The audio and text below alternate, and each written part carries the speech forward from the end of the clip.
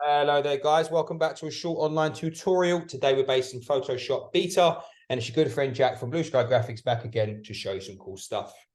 So like I said, guys, I'm currently in the beta version of Photoshop, the new AI version of Photoshop. And what we're able to do now is we're able to remove people or objects just simply by creating a selection using the lasso tool and using our generative fill option.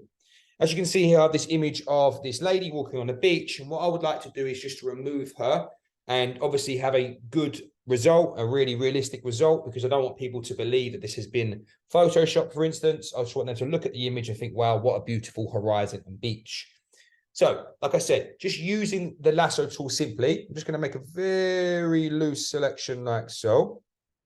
As you can see, very loose. Just make sure you go around her like that.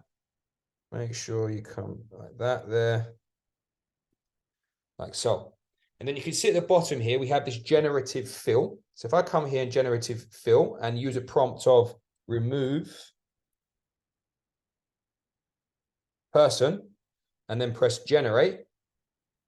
This may take a few seconds to do, guys. Basically what it's doing, it's sending messages to the cloud and the cloud's coming back and they're just trying to work out the best result for you. But if you just bear with it, you'll get a good result, and patience is a virtue, as they say.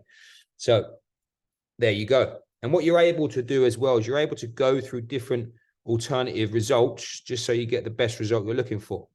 I think personally, the third one there will be the best. Okay, and as you can see here, they've added a generative layer. So if I turn that one off, that was the original image.